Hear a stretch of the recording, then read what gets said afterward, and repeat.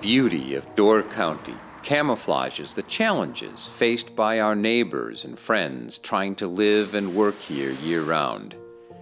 Finding safe, affordable, and dignified housing can be overwhelming because very little exists. Recent studies underline this crisis, but have not revealed its impact on the people who struggle to find a place of our own. It is time we hear their voices. When I started searching for housing in Door County, I was expecting it to be relatively easy, and especially being from here, knowing people, I would have thought that I would find things relatively quickly, and that has not been the case at all. I'm still looking. I'm still looking, and I've been living back home now for just over 3 years. But for pretty much for 10 days, I was homeless. I lived in a tent and pitching a tent, often in different places, every night. And that's the way it went for a while. And then I saw an advertisement in the Pulse for a cottage in Sturgeon Bay. And I went down and met the owner and said, I'll take it on the spot. I think that if you look at places to stay up here, you better bring your checkbook, because right away I knew you wouldn't get 2 chances at this.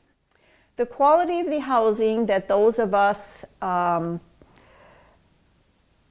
have to resort to due to lower income levels, I have found in the 30+ years that I've been in Door County, is very poor.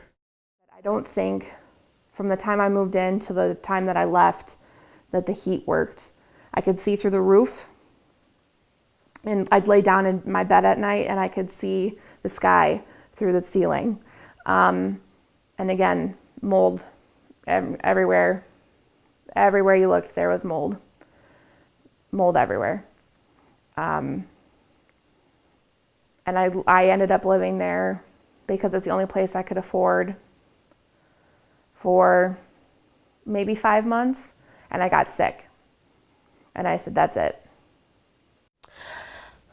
Affordable to me would probably mean something that's not going to break my bank, you know, to where I don't have to have basically 4 or 5 jobs to pay my month's rent.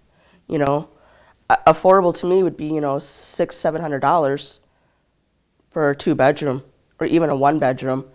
You know, paying $1,200 for a 2-bedroom, that's not affordable living. At least in my eyes, my opinion, that who can afford that?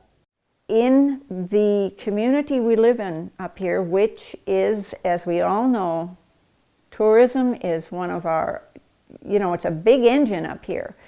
And to have that engine run smoothly, you have to have the people behind the scenes that do the work.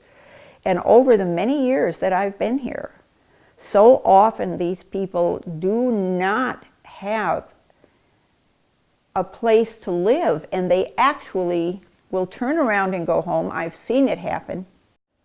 If you really care about your community as much as you say that you do, keep an open mind and help us work through this problem. Because I'd like to see my friends who are living in their cars in a home.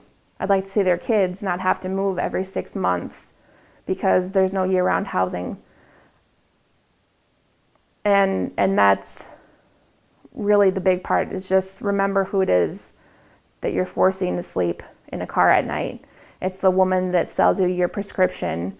It's the woman that serves you your food when you go out to eat. It's the person who cleans the rooms in the hotel where your family stays. They have faces. They have faces, and I think people forget that.